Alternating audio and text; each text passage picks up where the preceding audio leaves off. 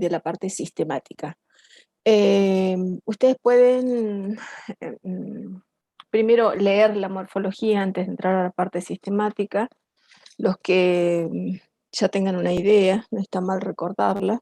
De todas maneras, yo ahora, las clases en realidad no tienden a repetir mm, taxativamente lo que está escrito en el orden en que está escrito el apunte.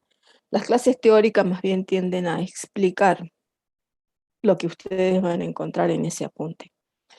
Así que yo la morfología la voy a abordar dentro de cada grupo, como los que nos toca hoy día. La morfología de licofita por un lado y la morfología de polipodiofita por otra parte. Vamos a comenzar con las licofitas.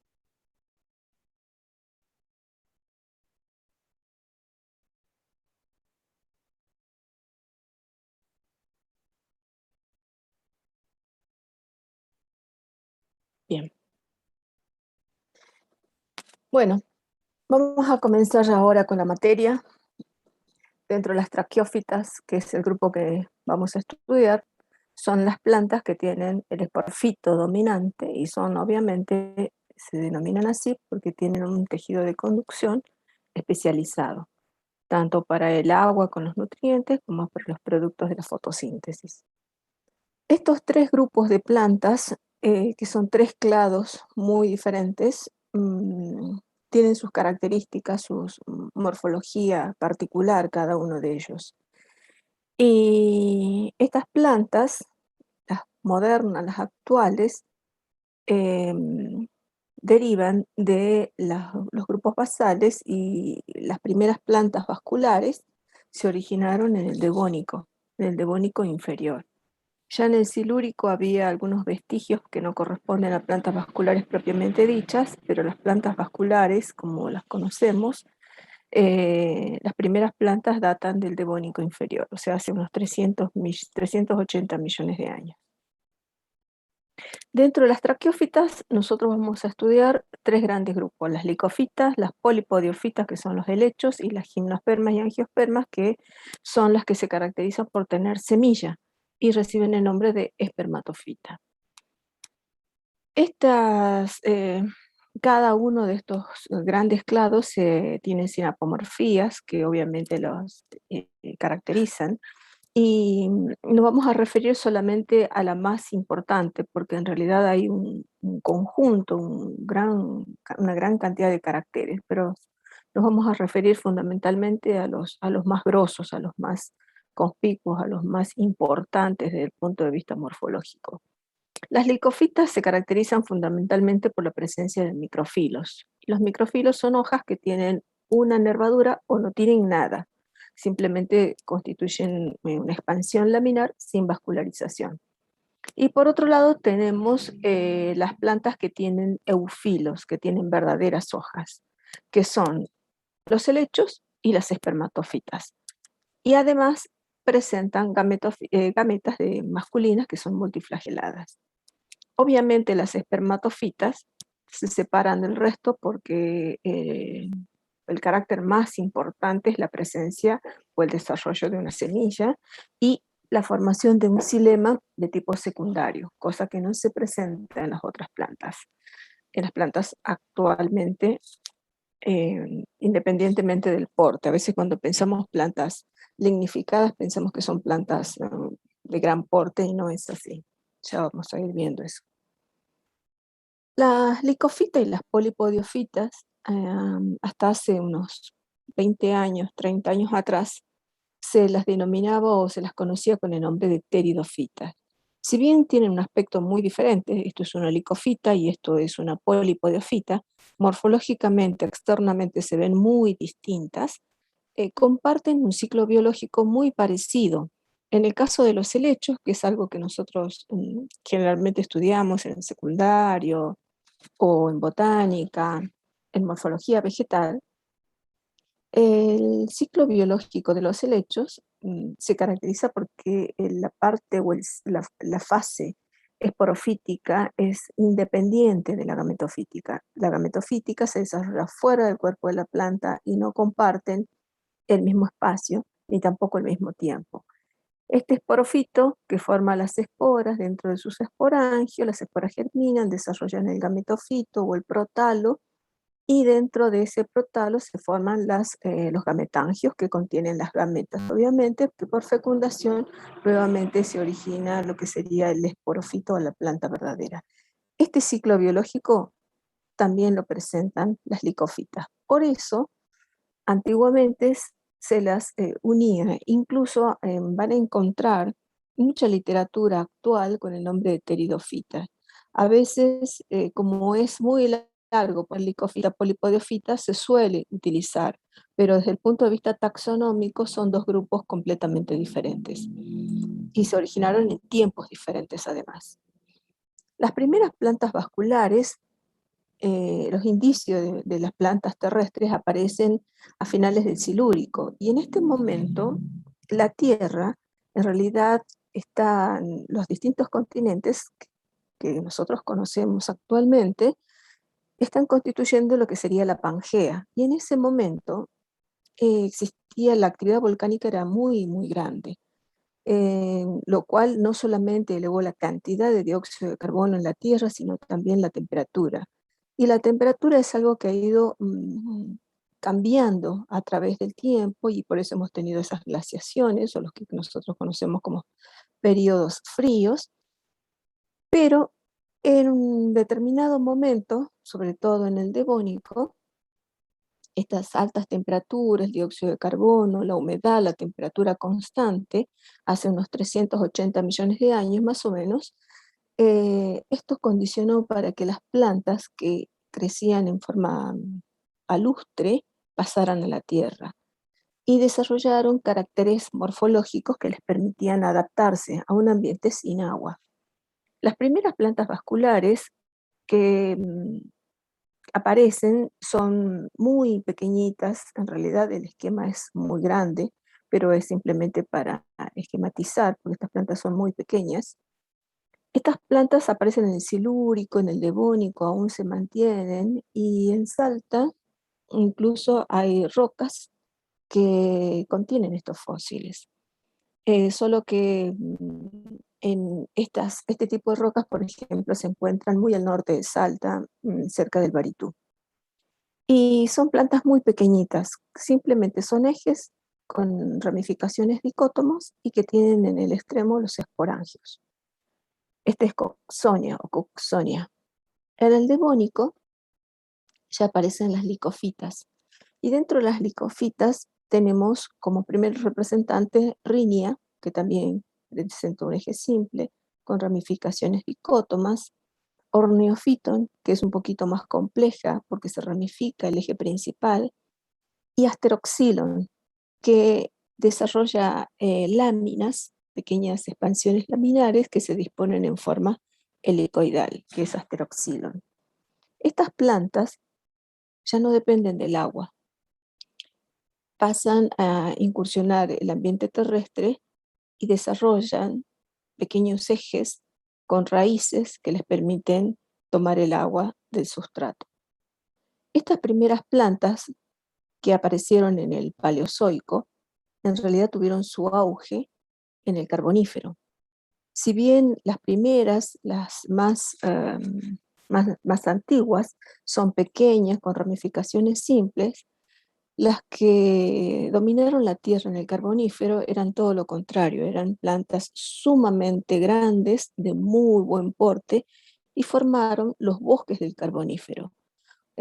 Representantes como Sigilaria es muy parecido a lo que ustedes ya enseguida van a ver, o van a ver en práctico, muy parecida a las licopodiáceas, Lepidodendron, que también desarrolla un eje principal con ramificaciones dicótomas, y alrededor de esas ramificaciones aparecen pequeñas hojas filiformes que se ubican en forma espiralada. Estos bosques del Carbonífero son bosques sumamente interesantes, importantes desde el punto de vista biológico. Nosotros, en general, cuando trabajamos con plantas vivas, necesitamos disponer de todos los órganos para caracterizar un organismo, y sobre todo si es una especie nueva. En el caso de los geólogos, los paleontólogos, ellos trabajan con formas. Entonces, de pronto es difícil encontrar un organismo completo, raíz, tallo y hoja, como hacemos nosotros con las plantas actuales. Entonces, quizás en una roca, en un depósito, encontraron un fragmento de hoja y le ponen un nombre. Después encontraron una sección de tallo y le ponen otro nombre. Y en otra roca, en otros depósitos, en otro continente, encontraron una fracción de rizoma y le colocan otro nombre. Esas son las morfoespecies. Es decir, que un organismo mismo no tiene un solo nombre, puede tener varios nombres porque lo que se conserva o lo que se en la muestra es simplemente un fragmento. Es muy interesante ver fósiles. Quizás nosotros no tenemos el hábito o quizás nuestra formación en Salta no tiene quizás una gran cantidad de material o no estamos provistos de fósiles, pero hay muchísimos restos fósiles en nuestras montañas, muchísimos. Mm, y las licofitas actuales son pequeñas, son tan pequeñas que cada hoja, que dijimos que son microfilos, pero son microfilos porque son hojas que pueden tener una nervadura y en algunos casos ni siquiera tienen una nervadura. Acá es muy notorio la presencia, justamente se puede visualizar una nervadura en el centro. Estas hojitas pueden medir 1 milímetro, estas dos, a lo sumo 3 milímetros. Y las hojitas son muy pequeñitas y se disponen sobre ejes también de ramificación dicótoma, generalmente, o de disposición espiralada.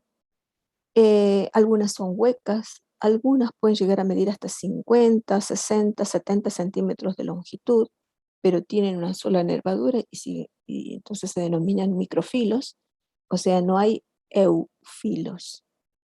Estos son microfilos, independientemente del tamaño, sino depende de la organización, de la estructura.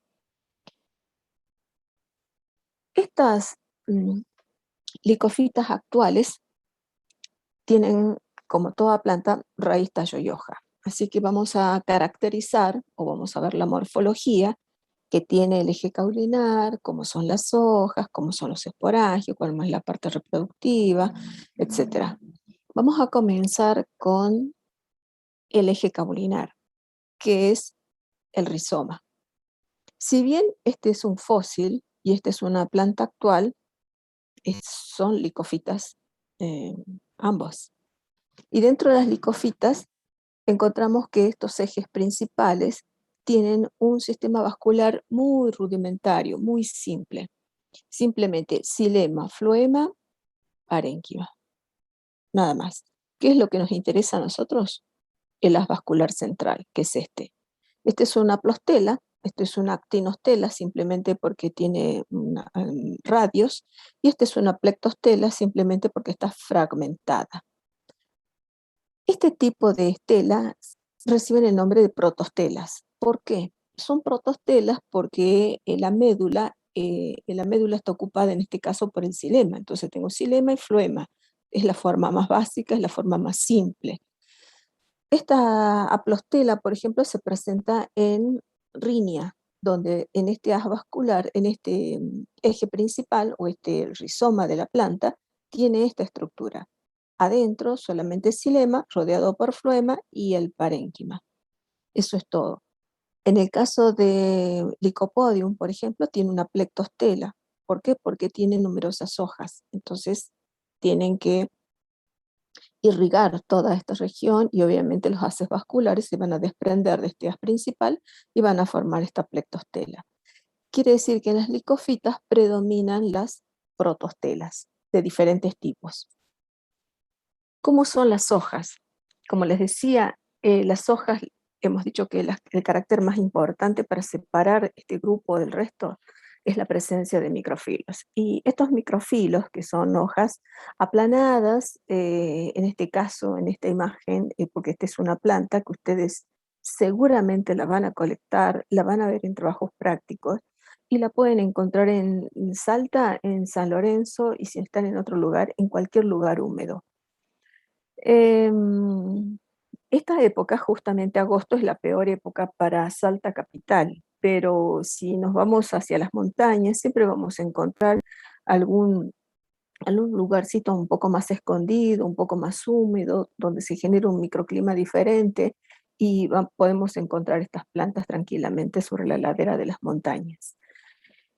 Estos microfilos se pueden disponer así en 4 hileras. Fíjense que son 2 dorsales y 2 dorsolaterales. En este caso tienen una nervadura, dijimos que puede ser que no tenga también. En este caso, algunos microfilos, no todos los microfilos de las licofitas, tienen una proyección en la base como si fuera una pequeña lengua que recibe el nombre de lígula. ¿Para qué sirve? Tiene varias funciones y se le atribuyen varias funciones. La que desde el punto de vista ecológico pareciera ser que es la más importante función sería tomar el agua del ambiente, porque como crecen tienen raíces muy débiles, muy delicadas, y hay plantas que son bastante grandes, no es suficiente. Las raíces son básicamente para el anclaje. Las plantas podrían tomar el agua del ambiente. El agua en estado de vapor se condensa y puede pasar por esta estructura porque tiene 1 o 2 estratos de células, nada más, es muy delicado. No se puede ver a simple vista.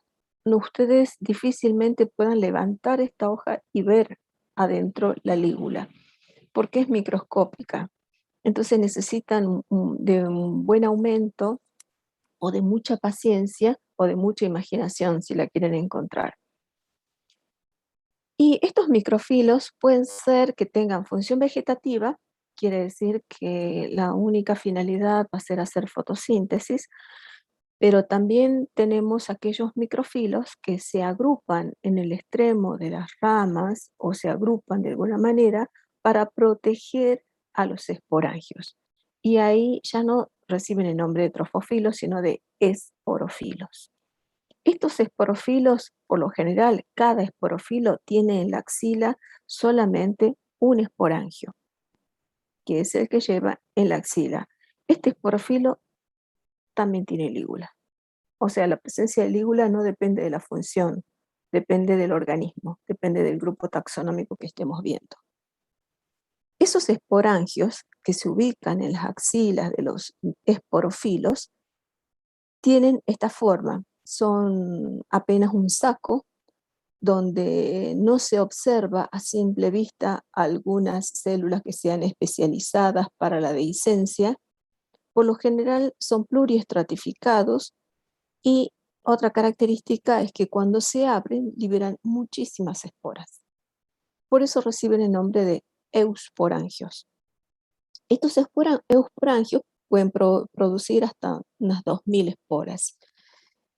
Pero tenemos esporangios que algunos pueden formar esporas masculinas o esporas femeninas, que eso lo vamos a ver después.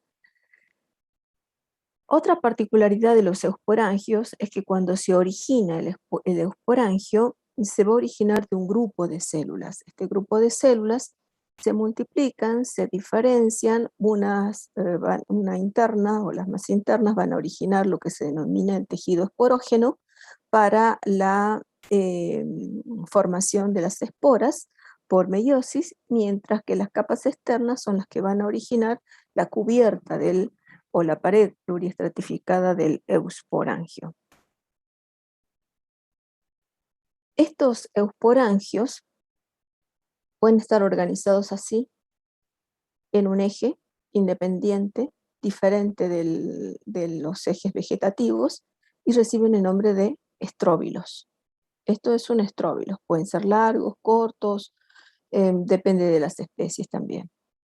Y como les decía hace rato, en el interior vamos a encontrar esporas. Si son micrósporas, que son muy pequeñitas, pueden ser numerosísimas.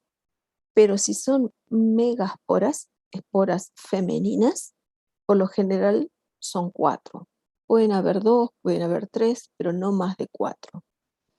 Otra característica de las esporas, ya sean micrósporas o megásporas, esporas masculinas o esporas femeninas, las esporas de las licofitas suelen tener 3 cicatrices.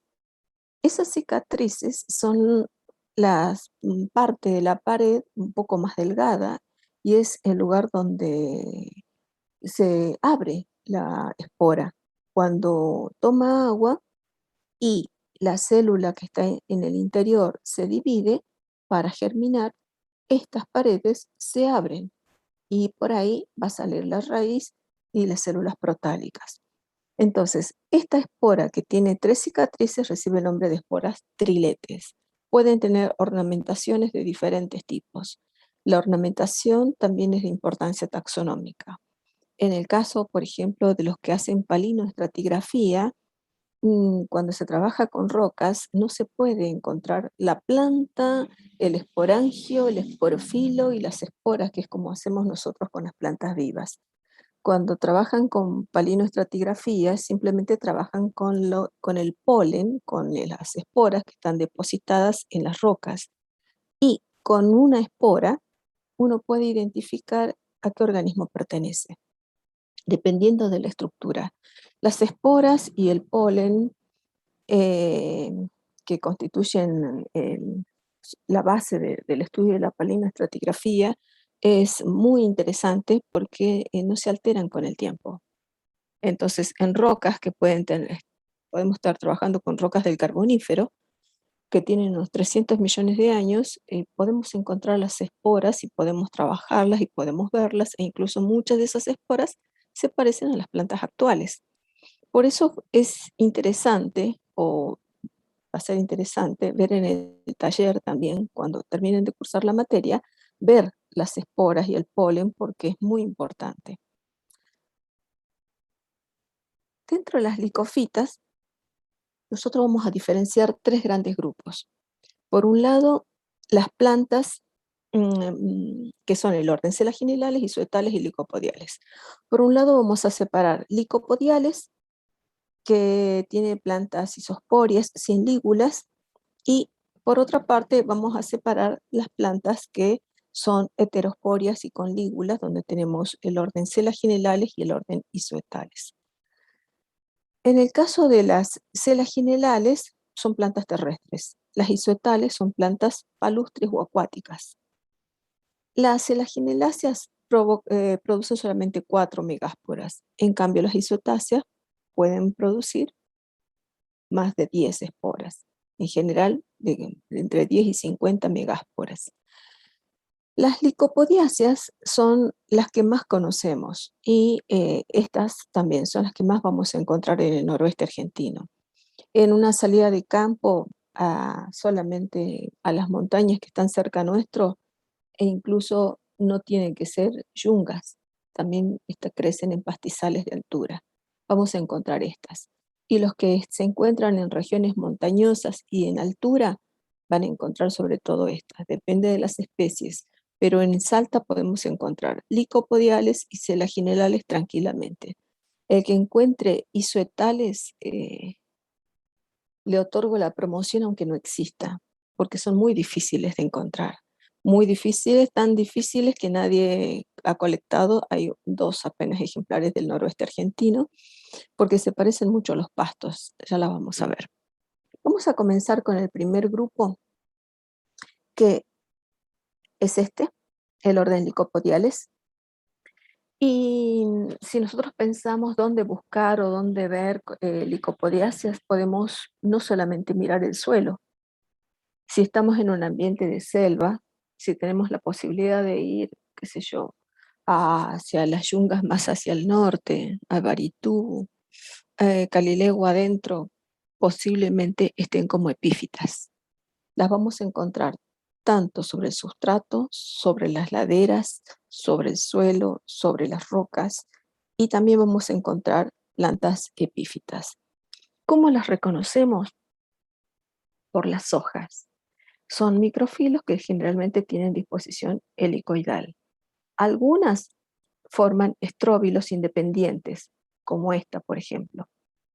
Esta forma un estróbilo independiente. En cambio, tenemos otras licopodiáceas donde no hay un estróbilo definido, porque todo tiene el mismo aspecto. Son hojas pequeñas dispuestas en forma helicoidal y los esporangios pueden estar distribuidos en forma indistinta en cualquier parte del eje, sobre todo los ejes maduros. Los ejes nuevos no. En el caso de las licopodiáceas, separamos una hoja, que es este microfilo, y vamos a encontrar en la axila el eusporangio, que tiene forma generalmente arriñonada. ¿Cómo se reconocen? Por el color, porque entre todas las hojas verdes, los eusporangios tienen un color amarillento o blanquecino. En el caso de esta planta, que es otro género, vamos a encontrar estróbilos. Cuando las plantas están maduras, recién forman los estróbilos, si no, no los tienen. Si estamos en ambientes de altura, pastizales de altura, de gran altura, 2000, 3000 metros, podemos encontrar tranquilamente lo que se conoce comúnmente como cola de quirquincho.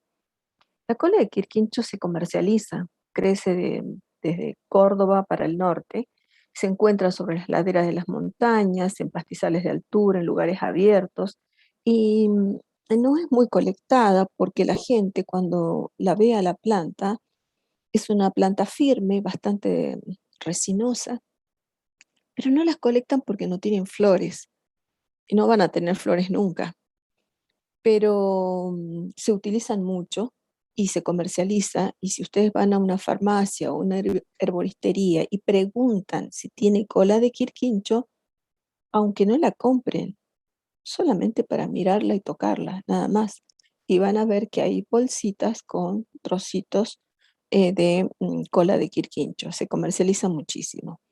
Después tenemos esta otra que crece más en yungas, pero en yungas no del este, sino más bien del oeste, o sea, Baritú, por ejemplo.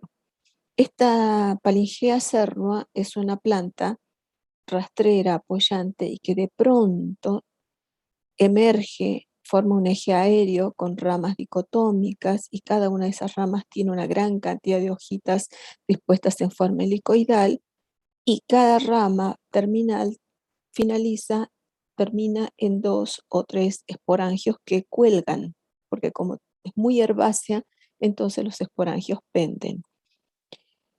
Otra que tal vez puedan encontrar en ambiente bien de yungas, sobre todo en las laderas de las montañas, no hay que ir muy lejos. Parque Nacional Calilehue es un buen lugar, las van a encontrar sobre las laderas, es Lycopodium clavatum, que es una planta que también es apoyante, rastrera, con ramificaciones dicótomas, y emergen de los ejes maduros los estróbilos que son erectos hacia arriba. Otra es Diphasia strongyloides, que también tiene ramificación dicótoma y tiene los estróbilos en la parte terminal y también son erectos, solo que este es un poco más apoyante porque son más grandes. No tiene, estos son pequeños, son más livianos, entonces pueden permanecer erguidos. En cambio, estos están más bien apoyados sobre el sustrato.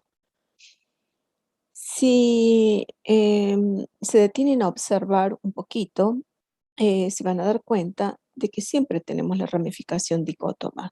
Es la ramificación más característica y es la que se presenta en todos los grupos basales. Vamos a las isoetales. De acá dijimos que son plantas acuáticas y que son muy difíciles de colectar, difíciles de reconocer, porque aunque no cocinen, aunque hayan ido aunque sea una vez a la verdulería y hayan pasado por la verdulería, habrán visto el cebollín o la cebolla de verdeo y habrán visto de que si la han tocado, las hojas son huecas. Lo mismo pasa acá. Las hojas son huecas, son microfilos huecos y tienen el aspecto de una gramínea. Y como crecen en ambientes pantanosos, en ambientes inundados, es muy difícil de reconocer porque pasan desapercibidos y se confunden con el pasto. En este caso, también tenemos el microfilo, que es una hoja hueca, que en la base está dilatada y tiene lígula, porque habíamos separado y hemos dicho que una de las sinapomorfías más importantes para diferenciar selaginelales e isoetales de licopodiales es la presencia de lígula. Efectivamente, esta también tiene una lígula y tiene este aspecto. En la base de la hoja se encuentran los esporangios y acá se producen numerosas esporas. En el caso de las micrósporas pueden llegar hasta 1.000.000, muchísimas, son muy pequeñas y también son triletes. En el caso de las megásporas, dijimos que las selagineláceas pueden producir 4 megásporas. Estas pueden producir numerosas megásporas, 100, 200, 300 megásporas. O sea, muy distinta de las selagineláceas. Este es el tallo, de ese rizoma, nacen hacia un lado las raíces y hacia arriba nacen las hojas. La base de las hojas, que son huecas, es ahí donde se forman los esporangios. Cuando se desprenden las hojas, quedan en libertad los esporangios en este ambiente de tipo más bien palustre. Siempre van a encontrarse en este tipo de ambiente. Las selaginelales. Esta es una de las plantas que más conocemos o que es difícil que se equivoquen, es difícil que se confundan, porque son tan diferentes del resto de las plantas vasculares que es muy característica este aspecto, pero esto se da solamente en algunos géneros, no en todas.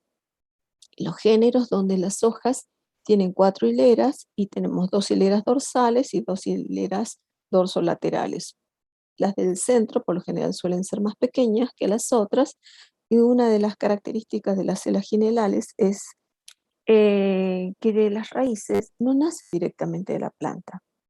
Las raíces en realidad nacen de los rizóforos.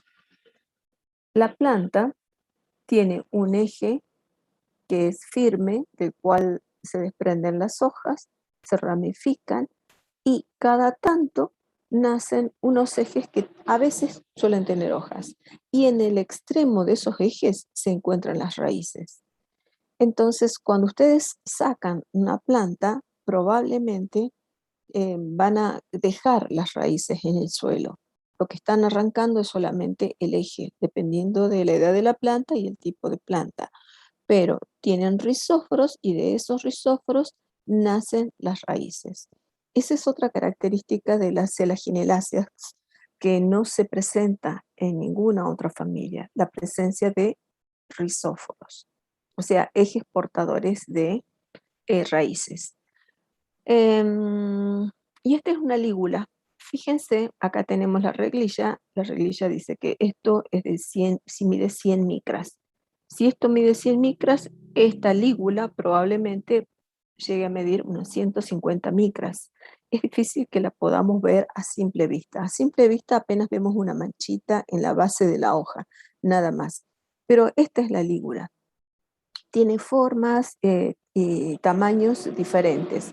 A veces son un poco largas, otras veces son un poco más cortas, a veces tiene el ápice fimbriado, otras veces está dividido. Tiene una morfología muy variada que tiene valor taxonómico, pero solamente la vamos a poder observar cuando la llevemos al microscopio electrónico, si no, no se puede ver. Es una familia muy, pero muy grande, muy numerosa y muy variada. Acá tenemos un esquema donde se representa justamente una parte de la planta, los rizóforos, en la base de la planta. En este caso, los rizóforos sirven de anclaje, sirven para ayudar a sostener la planta. Nuestras selaginelas pueden medir 50 centímetros a lo sumo, en menos, 10, 20, pero en los bosques tropicales lluviosos se llaman bosques tropicales, no, esos bosques no los podemos saber acá en Argentina.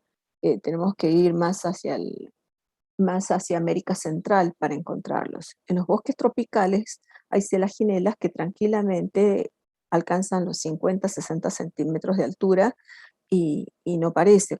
Nosotros estamos acostumbrados aquí a ver celaginelas de 10 centímetros, algunas de muy chatitas que crecen al ras del suelo, de pronto en ambiente tropical pueden ser muy grandes, pero nunca van a tener el porte que tuvieron, no van a encontrar ejemplares que tuvieron las dimensiones durante el Carbonífero. Las dimensiones son aún muy reducidas, por más que midan 60 o 70 centímetros. ¿Qué distinguimos de esta celaginela? Los estróbilos. Acá tenemos los trofofilos y los estróbilos formados por esporofilos y en la axila del esporofilo los esporangios. Si el esporangio forma megáspora, será un megasporangio. Si forma micróspora, será un microsporangio. De los microsporangios, también algunos tienen la disposición y ubicación es de importancia taxonómica. A nosotros lo que nos interesa saber es que existe microsporangios y existen megasporangios con megásporas. Si esto es una megáspora, esto será un megasporangio, entonces esto será un megasporofilo. Si estos son micrósporas, esto será un microsporangio y esto será un microsporofilo. Y también la lígula. La lígula es un carácter que es independiente de la función de la hoja. Si bien esta función, o este es un esporofilo y este es un trofofilo, ambas tienen lígula. Cuando vamos a San Lorenzo, a un ambiente húmedo, posiblemente encontremos este panorama, este aspecto sobre las rocas. En realidad tenemos que seguir el eje principal y las raíces las vamos a encontrar al final. Desde ahí arrancamos. Porque si yo voy, veo esta planta, ay, qué bonita, esta parece una celaginela, agarro la punta, ¡pac!, me quedé con la punta, rompí la planta. Entonces tengo que seguir a ver desde dónde nace y desde ahí arrancarla, si la quiero estudiar. En ambientes de altura, en ambientes secos, en pastizales de altura, en ambientes montañosos, en rocas, sobre el suelo, debajo de las plantas, vamos a encontrar un matorral a nivel del sustrato, como si fuese un musgo, pero mucho más duro y seco. A veces es color grisáceo, otras veces es un verde muy clarito. Esto es celaginela, puede ser celaginela celovis, celaginela convoluta, tenemos varias especies, pero nosotros las celaginelas las tenemos que aprender a reconocer por la ramificación. Van a encontrar siempre la ramificación dicótoma y acá no van a encontrar hojas en 4 hileras. Aquí están viendo hojas que tienen una disposición helicoidal. También tienen estróbilos, hay que buscarlos y hay que aprender a diferenciarlos. Mm, dentro de este clado licofita o dentro de esta división licofita tenemos 3 órdenes: licopodiales, isoetales y celaginelales. Recuerdan que las licopodiales las hemos separado porque son plantas que tienen microfilos sin lígulas, mientras que las isoetales y las celaginelales tienen lígula. Las isoetáceas son acuáticas o palustres, las celagineláceas son terrestres. Las isoetales son plantas, tienen hojas con cámara y tienen disposición espiralada y están en roseta basal y tienen un montón de megásporas, 50, 100, 200, 300.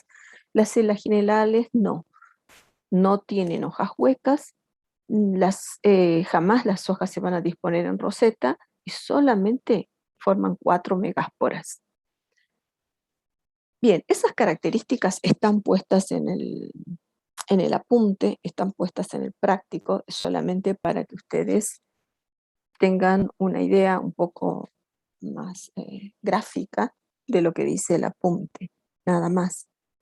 E igual van a ver en el práctico material de celaginelales y licopodiales. ¿Alguna consulta antes de pasar al tema? ¿Al otro tema?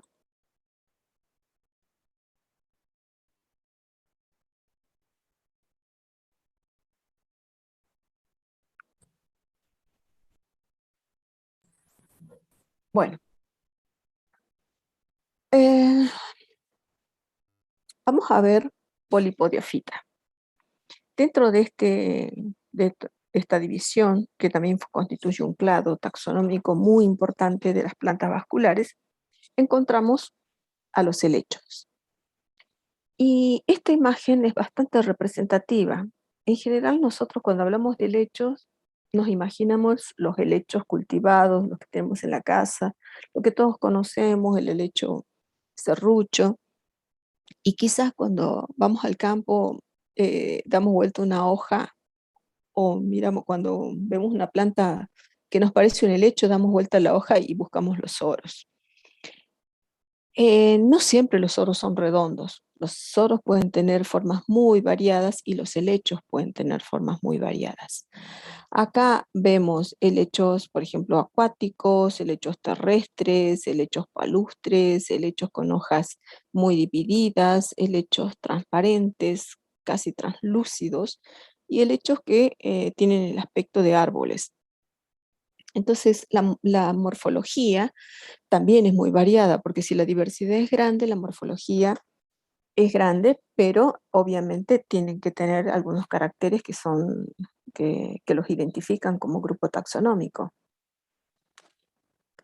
En los helechos, nosotros tenemos que diferenciar siempre en una planta raíz, tallo y hoja.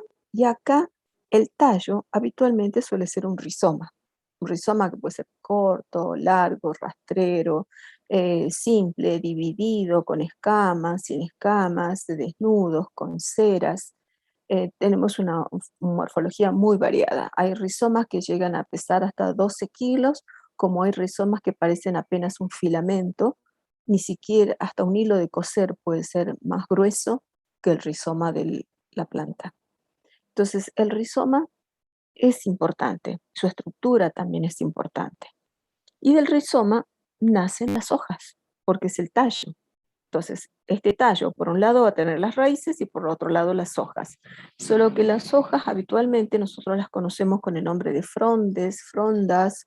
eh, en la terminología es indistinta. En general, aquí en Argentina usamos fronde, pero si utilizan literatura, qué sé yo, española, por ejemplo, probablemente la lectura la traduzca como fronda. Entonces, pero es lo mismo.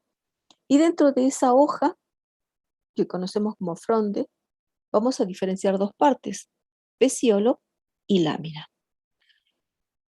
La lámina puede tener venación de tipo dicótoma, de tipo simple, o puede tener venación muy, muy ramificada, sumamente compleja. Eso también depende del grupo taxonómico. Y del eje caulinar, que es algo que también vimos en las licofitas, y en las licofitas hemos dicho de que predominan las protostelas, pueden ser aplostelas, actinostelas, plectostelas. En el caso de los helechos verdaderos, también hay protostelas. Por ejemplo, Silotum, que es una planta actual, que si van al Parque Nacional del Rey posiblemente la puedan encontrar como epífita, y es una planta que apenas tiene ejes con unas hojitas muy delicadas, y si hacemos un corte a este nivel, vamos a encontrar que su estructura es una actinostela y es un helecho. Entonces, dentro de las polipodiofitas pueden haber protostelas, como en el caso de las actinostelas que se presentan acá, pero lo que predomina en la mayoría de los helechos son las sifonostelas. ¿Cómo diferenciamos una protostela de una sifonostela? Porque en la protostela el xilema está completo. En cambio, en la sifonostela el xilema está interrumpido. En el centro se desarrolla una médula. Una médula que en algunas especies suele ser hueca. Puede ser una médula parenquimática o puede haber una médula hueca. Quiere decir que este tejido se desintegra. Este xilema puede ser que esté rodeado por floema por fuera, entonces ectofloica, o también puede ser anfifloica si tiene floema por dentro y por fuera. Pero lo que predominan en los helechos son las sifonostelas. Esto es una sifonostela propiamente dicha y esto es una dictiostela. En las dictiostelas, ¿qué es lo que pasa? Simplemente es lo mismo que esto, tiene la misma estructura, es solo que está dividida, está fraccionada. ¿Por qué? Y bueno, porque se desarrollan hojas y cada una de estas meristelas tendrá que ir a nutrir a cada una de esas hojas. Entonces, este es el tipo predominante de estela que aparecen en los helechos. En el pecíolo, los pecíolos pueden ser glabros, pueden tener ceras, pero pueden tener escamas. Y las escamas en general suelen tener muy poquitas capas de células. En general una, pero en la base pueden tener 2 o 3 capas de células. Y son muy interesantes porque las células se ven a simple vista, no necesitamos llevarlas a un microscopio. Y si las llevamos a una lupa ya las podemos ver con mucha amplitud y cuando son muy jóvenes, muy, muy jovencitas, podemos ver hasta las vacuolas.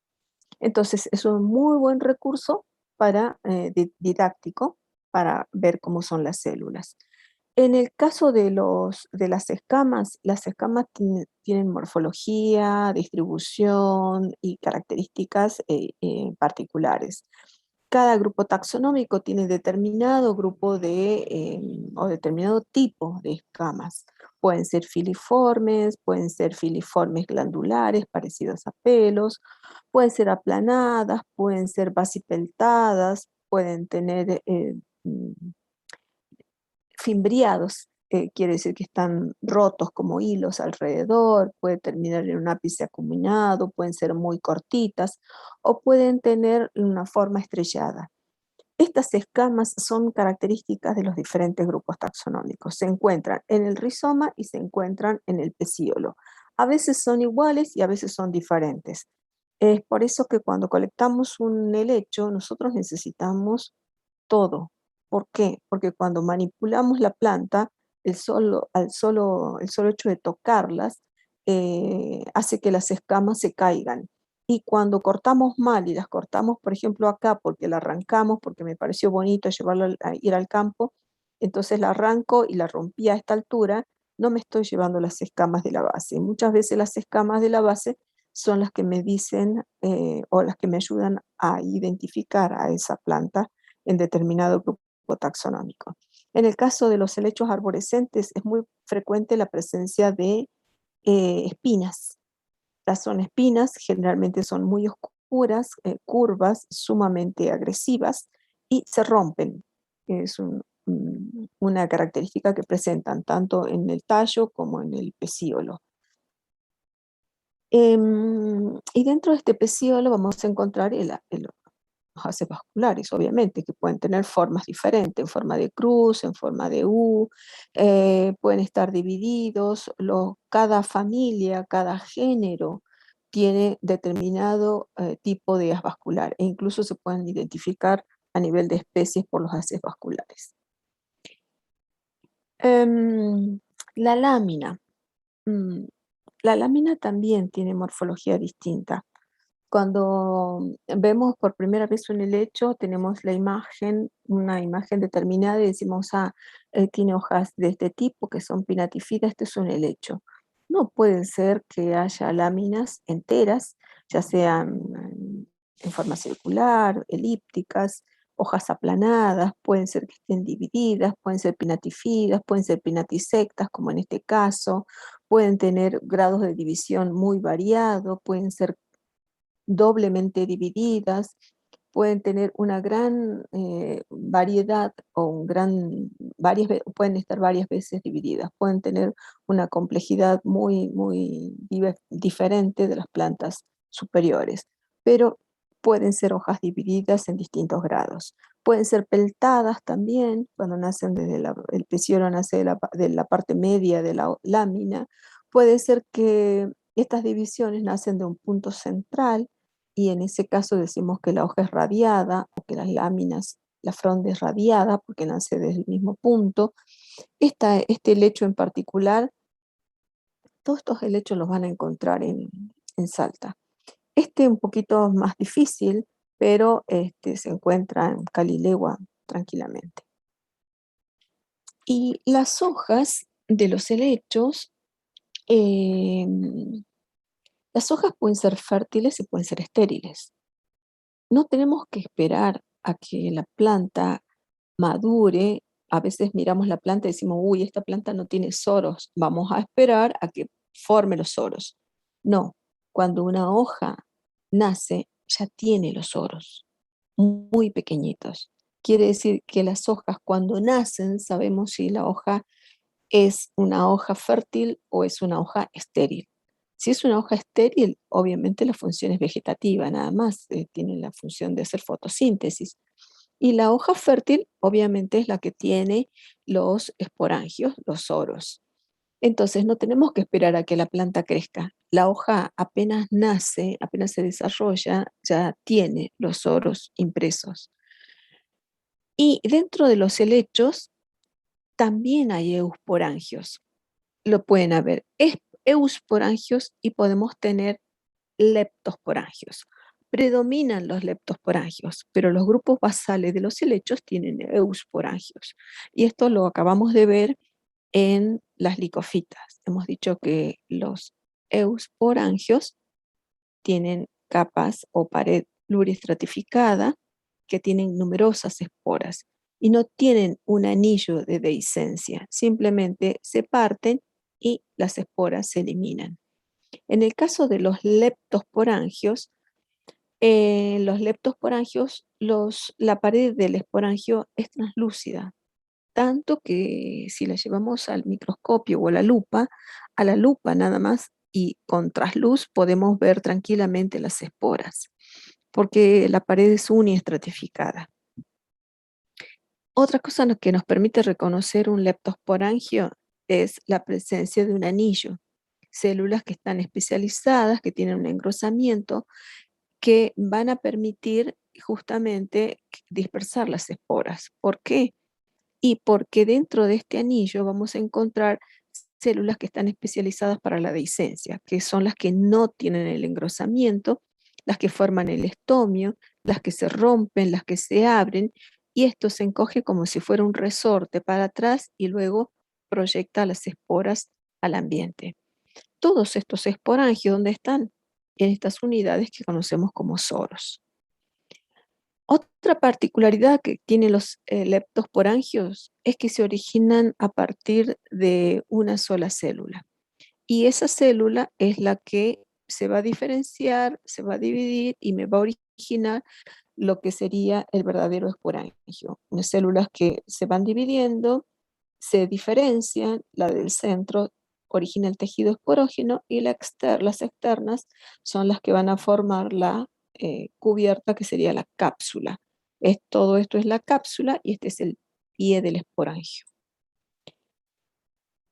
Los esporangios, así como los acabamos de ver, pueden estar agrupados en estas unidades que son los soros, que son fáciles de reconocer. Voy al campo, doy vuelta una hoja y encuentro los soros así, desnudos. Solamente los soros agrupados en una unidad que nosotros las podemos diferenciar del resto de la planta. Pero a veces puede ocurrir que dentro de la misma lámina, algunas pinnas de la lámina tengan esporangios y otras no. Entonces vamos a tener algunas pinnas fértiles y otras pinnas estériles en la misma hoja, no en una hoja diferente. En el caso de este helecho vamos a tener plantas con todas las pinas vegetativas y plantas con pinas fértiles y con pinas estériles, con las dos pinas. Pero también en los grupos basales de los helechos aparecen que los eusporangios, que diferente de los leptosporangios, entonces no forman soros, tienen otras estructuras que reciben el nombre de estróbilos.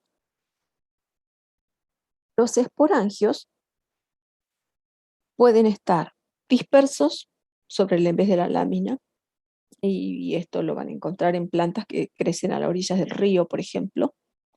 Pueden estar en soros que no necesariamente tienen que ser redondos, pueden ser alargados y que se puede ver acá justamente un tejido transparente, translúcido, que suele ser amarillento o grisáceo o blanquecino, que es el inducio. el inducio que es lateral. El inducio no es más que una proyección epidérmica que protege a los esporangios. Y en este caso se origina y se forma en forma lateral, se dispone en forma lateral.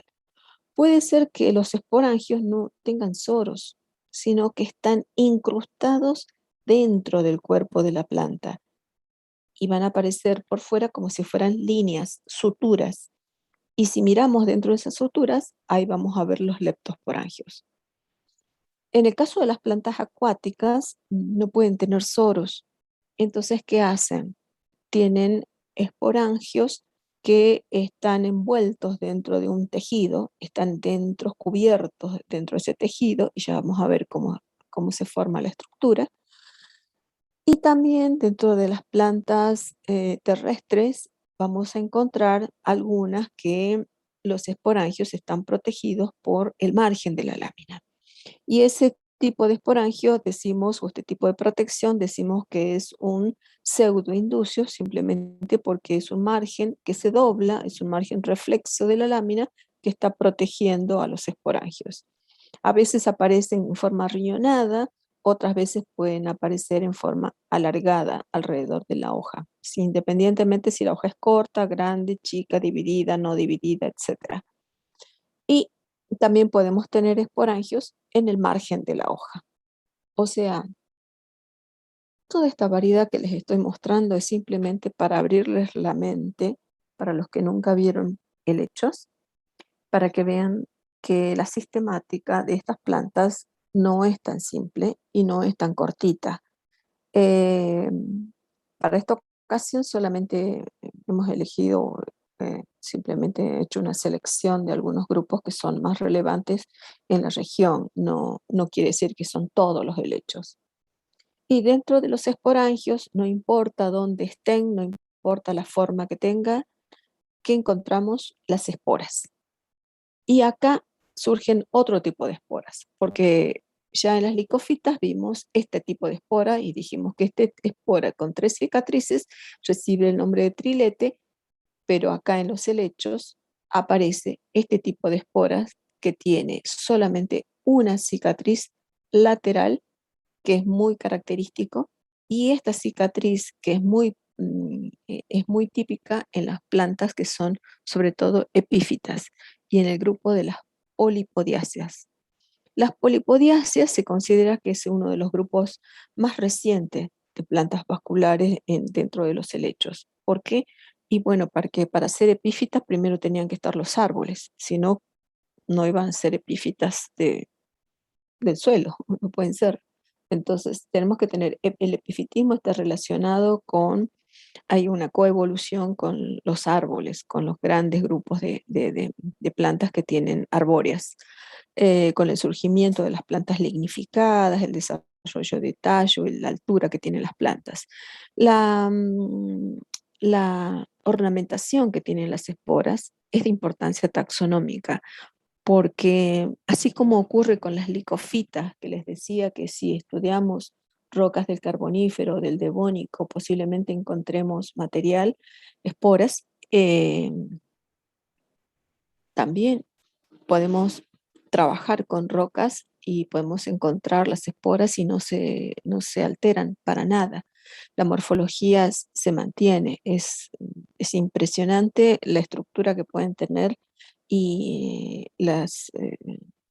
o la- ¿para qué se hace esto? Y para saber la composición florística de ese momento, para eso.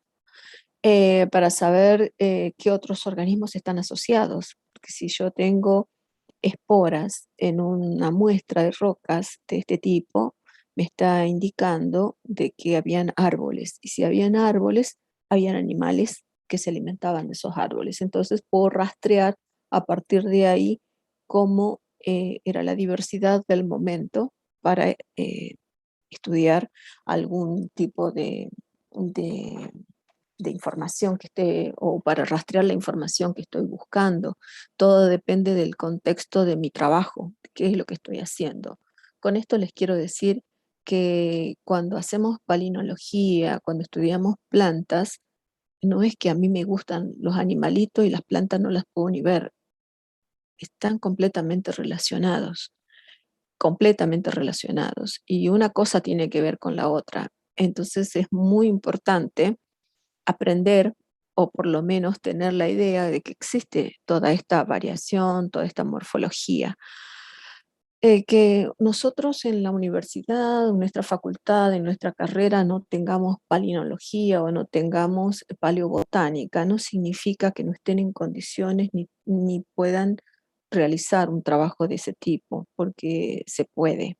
Hay gente que lo ha hecho y hay biólogos que trabajando con polen o con esporas nada más de algunos helechos, han logrado un doctorado y un postdoctorado y se han ido a otros países para trabajar en palinoestratigrafía.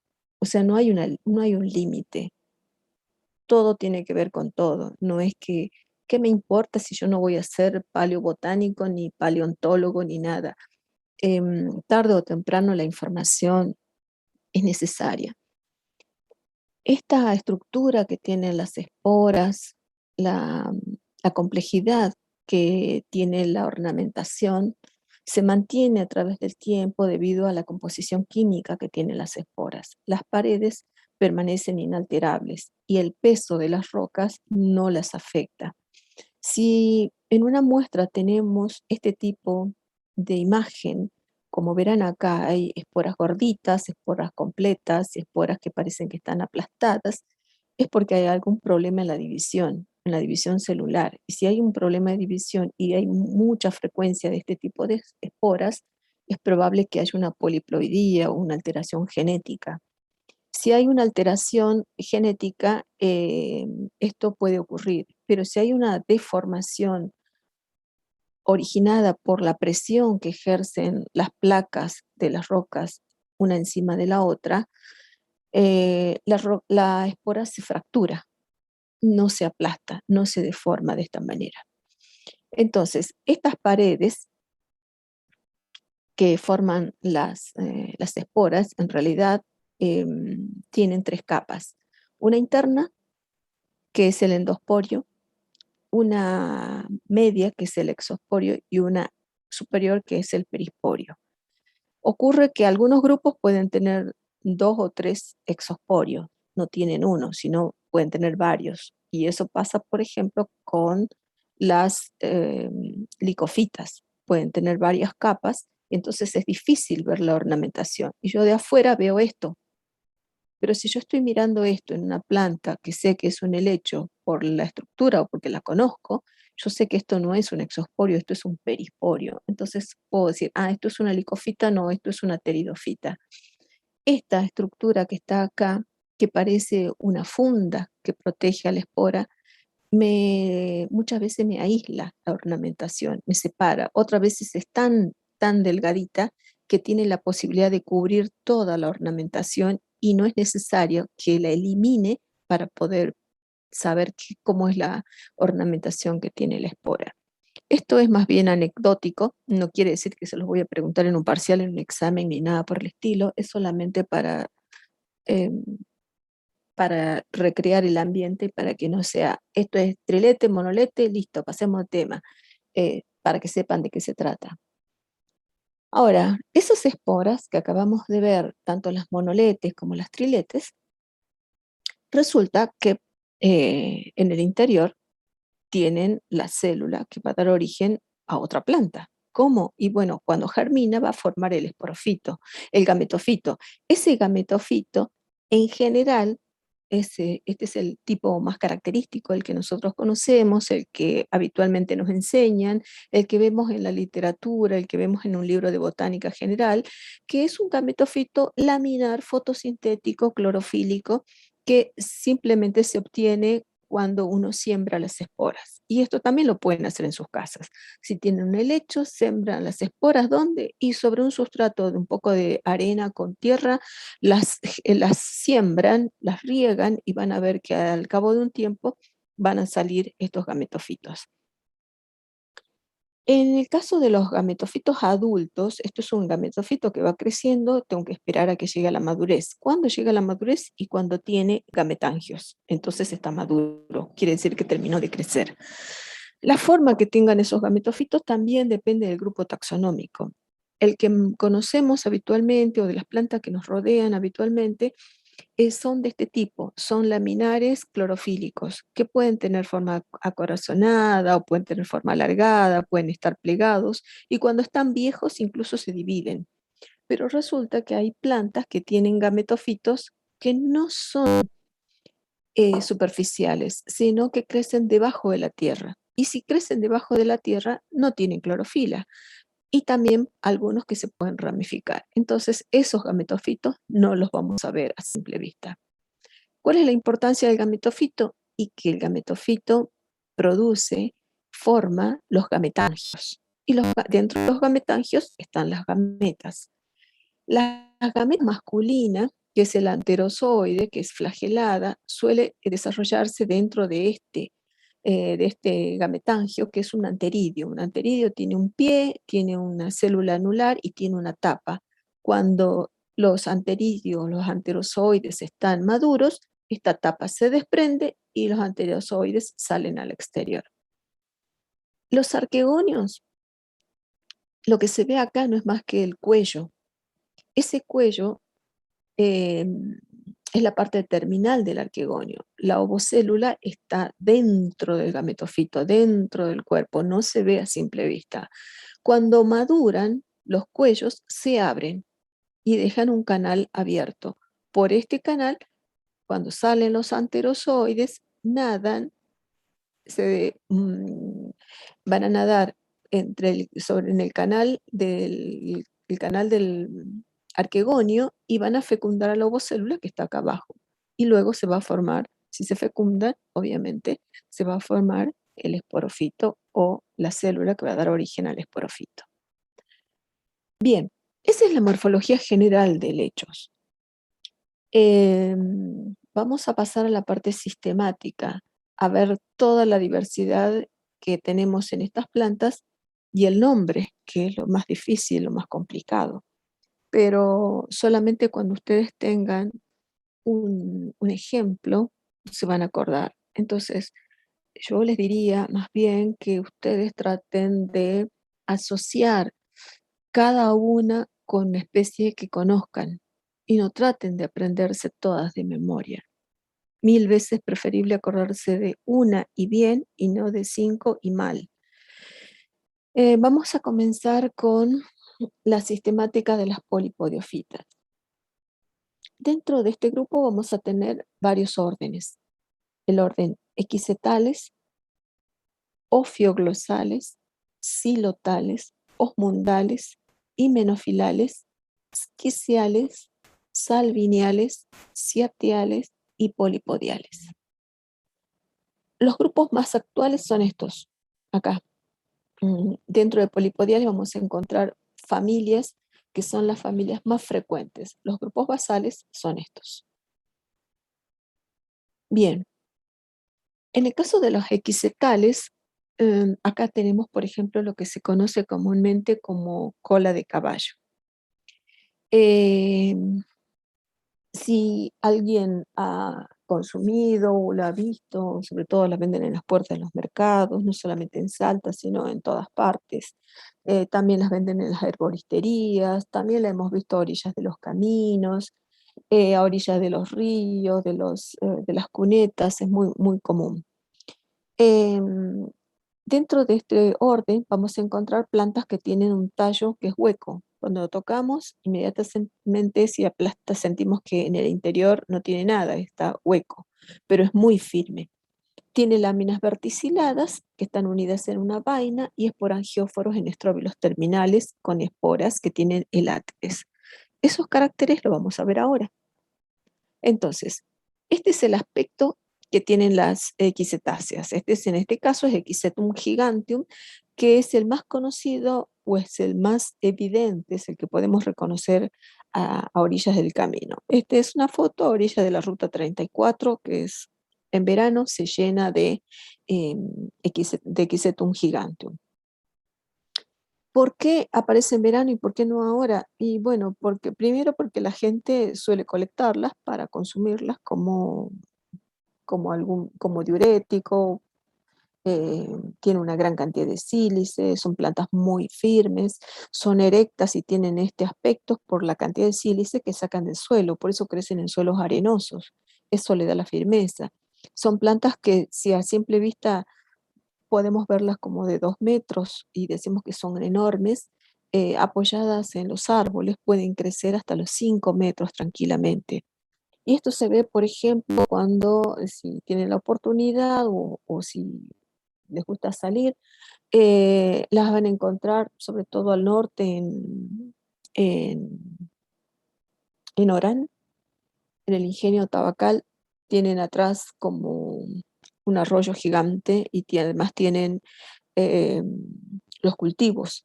Y dentro de esos arroyos también hay zonas así pantanosas y hay unos equisetum gigantes, esos son gigantes. Ver un equisetum de 5 metros de altura no es poca cosa, pero aunque mida medio metro, cuando tocan la planta van a sentir que acá adentro es hueco. Si pueden crecer 5 metros porque necesitan un apoyo, entonces tienen que estar apoyadas en un árbol. Ahora, ¿por qué en esta época no las vemos? Y primero porque las cortan, se secan, se mueren, etcétera. Pero el rizoma es gigante y es subterráneo y es muy profundo. Entonces, mientras el rizoma esté vivo, vamos a seguir viendo estos ejes aéreos. Estos ejes aéreos tenemos que diferenciar la parte vegetativa, que es esta, y esta es la parte reproductiva. En el extremo de esos ejes vamos a encontrar los estróbilos, que vamos a ver en detalle enseguida. Si agarramos una rama, vamos a mirar acá. Este es un nudo, ramas verticiladas, entrenudo, ramas verticiladas. Si agarramos este sector o este sector, es lo mismo. ¿Qué es lo que vamos a ver? Hojas. Y acá hay microfilos. Pero ¿por qué no están dentro de las licofitas si hay microfilos? Bueno, le decimos microfilos porque son hojas muy pequeñitas que están unidas en la base y forman una especie de vaina, pero no son microfilos en el sentido estricto de la botánica. Son hojas que se han reducido, porque las equisetáceas, en los fósiles de las equisetáceas, tenían otras hojas y las equisetáceas actuales tienen este tipo de hojas que se han reducido y tienen una morfología parecida o son hojas muy reducidas, muy pequeñitas, que están unidas en la base. Esta unión forma una especie de vaina alrededor del tallo. Y si cortamos ese tallo, dijimos que el tallo es hueco, efectivamente, tiene un parénquima, pero el parénquima se rompe y me queda todo esto completamente hueco. No solamente me queda hueco acá, sino que se forman una especie de lagunas alrededor. Y además, si miro superficialmente, hay muchas estrías. Si hay estrías es porque hay una parte prominente y una parte que está hundida. Estas son las costillas y estos son los surcos que se van formando alrededor de ese tallo. Y en la parte reproductiva tenemos las unidades que son los estróbilos. Dentro de esos estróbilos vamos a encontrar una estructura, cada una de estas unidades me forma una estructura que parece una sombrilla. Debajo de esa sombrilla hay sacos. Esos son los esporangios, que son eusporangios. Esta estructura que parece una sombrilla que contiene a los esporangios se ubican sobre un eje en forma helicoidal y me forman los estróbilos. Dentro de este saco están las esporas. Estas esporas, en particular en los equisetos, tienen clorofilas, pero además son esporas que tienen las paredes envueltas por eláteres, que son como cintas, y estas cintas se despliegan. Esto también va a ser muy lindo cuando lo vean en el taller, porque necesitan una buena lupa para verlas. Cuando las esporas tienen clorofila, quiere decir que tienen un tiempo de vida corto. ¿Por qué? Porque tienen clorofila, necesitan germinar rápido. Y si no germinan rápido, se mueren, simplemente. Por eso producen millones y millones de esporas. ¿Qué ocurre con estos esporangióforos? Y estos esporangióforos, cuando el estróbilo está inmaduro, crecen uno al lado del otro, pero cuando los esporangios maduran dentro del esporangióforo, los entrenudos crecen y al crecer se separan y por eso tienen este aspecto. Entonces, cuando vemos un estróbilo así, es porque probablemente ya no encontremos esporas. Si queremos ver esporas, tenemos que buscar un estróbilo que sea compacto. Cuando los esporangióforos están libres y dejan este espacio libre, lo dejan libre justamente para dejar salir a las esporas. Esas esporas vistas al microscopio electrónico se pueden ver así. Están envueltas, enrolladas completamente por las paredes que forman esos eláteres. Esto lo deben haber visto seguramente también a orillas de los ríos, si van a tomar mate a San Lorenzo, a Vaqueros, donde sea, donde haya cursos de agua, van a encontrar entre las rocas una especie de pasto demasiado duro, porque cuando tocamos tiene un verde muy intenso, muy diferente al resto del pasto, pero cuando tocamos y queremos arrancar, nos damos cuenta de que no es pasto, sino es algo diferente. Tiene al tacto, como son plantas que pueden tomar el sílice del suelo, son más duras, son mucho más firmes y además se distinguen fácilmente porque los entrenudos están muy marcados, porque en los nudos se encuentran las hojitas que están soldadas. Esto es Equisetum bogotense y esto es Equisetum gigante. Por suerte tenemos dos especies, así que no se van a confundir.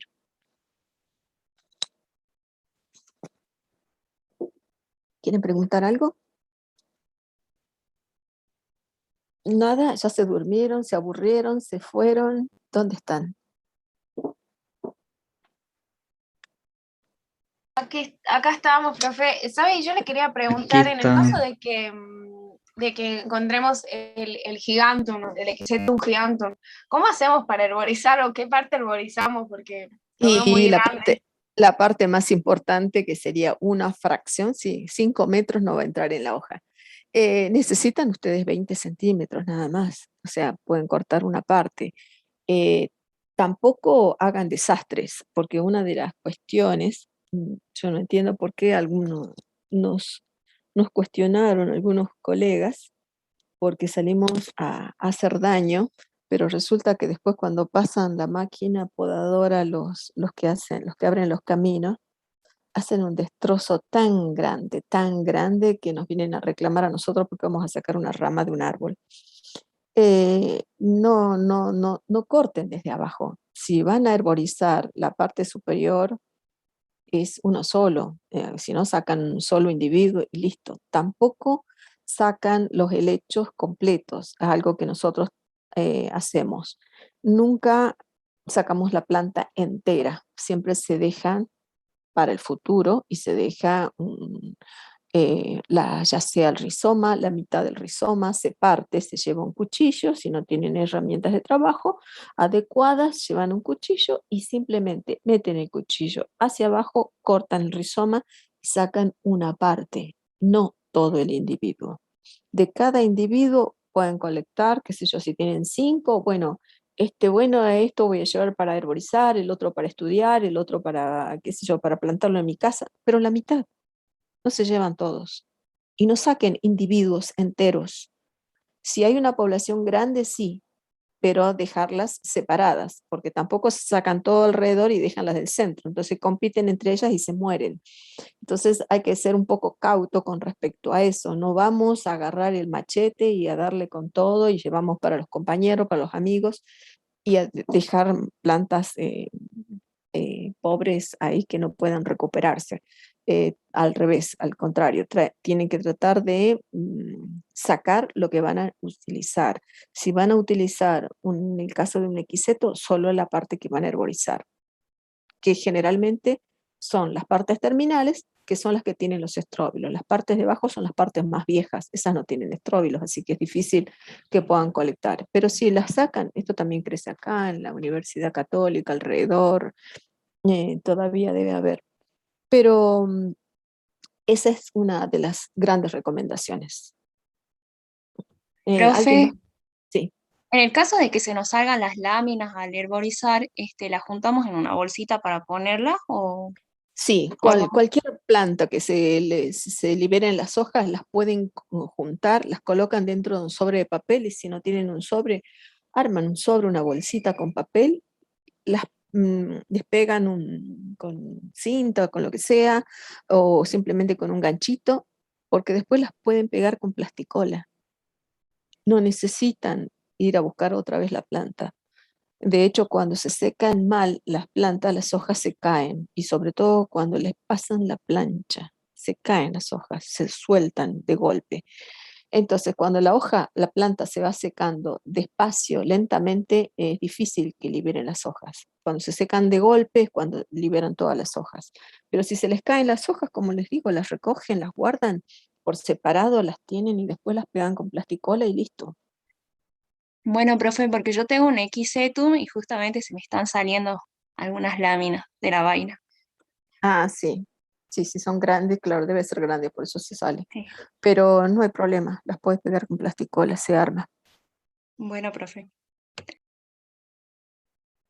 ¿Alguien más quería consultar algo? Ah, están, dicen. Bien, vamos a pasar al otro orden, ofiglosales. ¿Quiénes van a poder colectar ofioglosáceas? Eh, los que tengan buen ojo, los que estén en pastizales de altura, los que tengan la posibilidad de encontrar algún lugar, como por ejemplo un pastizal que sea húmedo. Los pastizales húmedos generalmente tienen pastos cortos, duros, y entre ellos ofioglosáceas, pero también ofioglosáceas en yungas, es solo que las que hay en yungas no crecen por esta zona, sino un poco más al norte, y alguna vez encontré una en La Caldera, pero debajo de ese pinar que hay por las laderas en La Caldera, por ese lugar, pero es medio peligroso porque se forman capas y capas y capas de hojas y, y a veces pueden encontrar eso y algo más, arañas, por ejemplo. Insectos de todo tipo y alguien que los saque corriendo porque es propiedad privada. Bien, ofiglosales. Acá el gametofito no tiene fotosíntesis, es subterráneo. Entonces no lo vamos a reconocer por el gametofito. ¿Cómo vamos a reconocerlas? Por las hojas, porque resulta que dentro de una hoja tenemos una parte fértil y una parte estéril.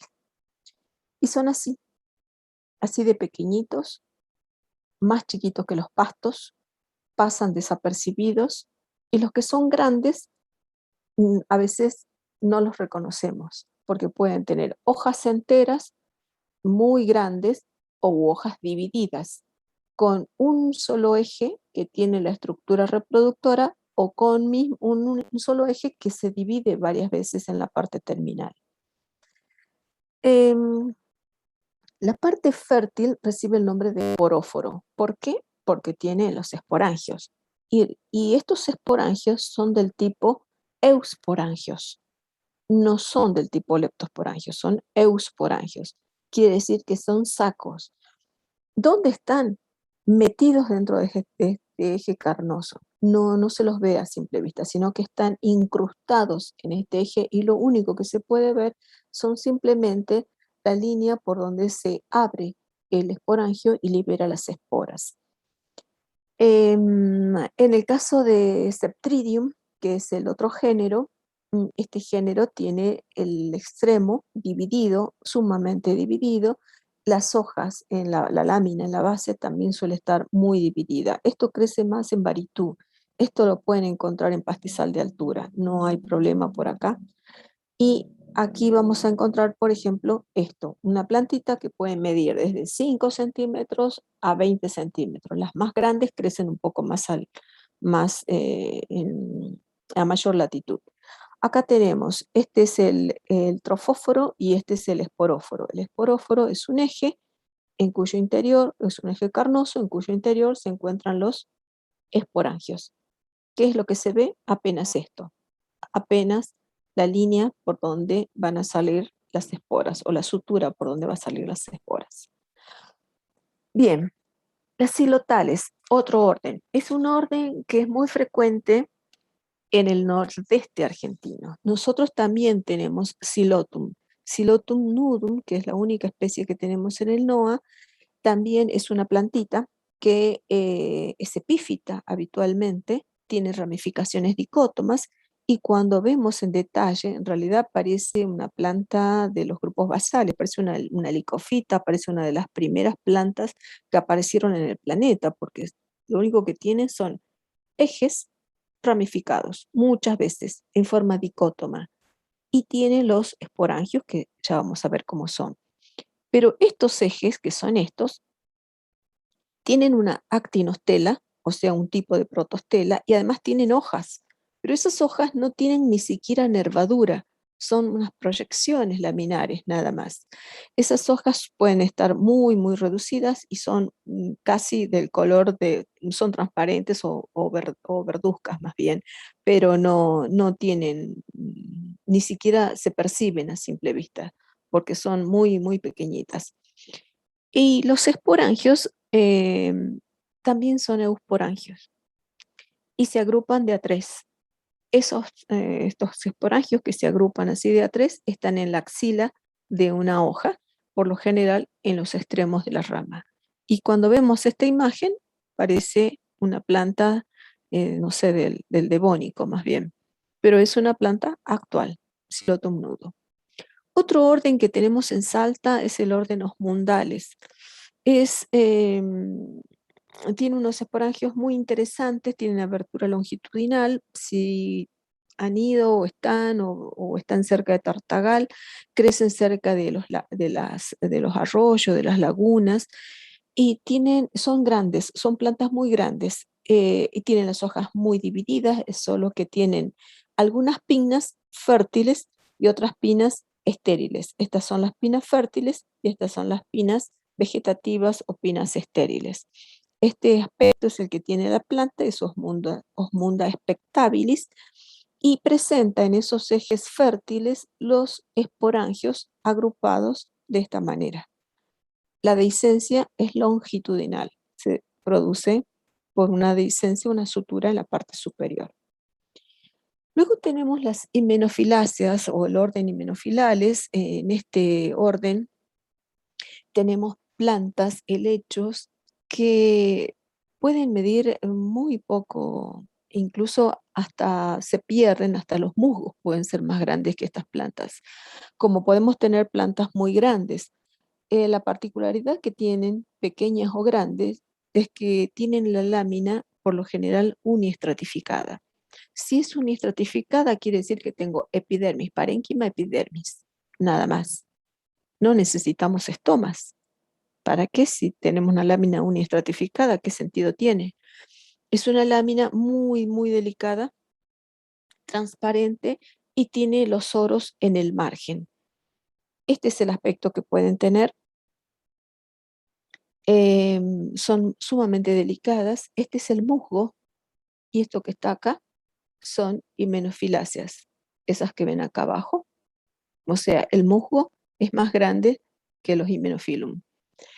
En el Parque Nacional de Calilegua solíamos ver, y los que están recursando o pudieron ver alguna vez y los llevamos al Parque Nacional Calilegua, nos deteníamos en lo que se llama la Aguada del Tigre. La Aguada del Tigre justamente es una zona que es muy frecuentada por el tigre y está en medio del camino. Es un lugar donde hay un arroyito y se acumula agua, entonces los animales bajan a beber. Bueno, nos hicieron tanto problema por estas plantas, porque íbamos a verlas y realmente de lo que tengo recorrido, Yungas es el único lugar accesible donde se podían ver varias especies de himenofiláceas. ¿Qué hizo Vialidad Nacional? Le puso dinamita a la roca y se terminó. No existen más, ya no las van a poder ver, ni las vamos a poder ver. Son difíciles de localizar, muy difíciles de localizar, porque son plantas sumamente delicadas y que no en el lugar donde crecían tenían la ventaja de que recibían la sombra de una serranía próxima, entonces nunca tenían luz directa del sol. Por lo tanto, estaban resguardadas y al ser plantas tan delicadas, era el lugar ideal.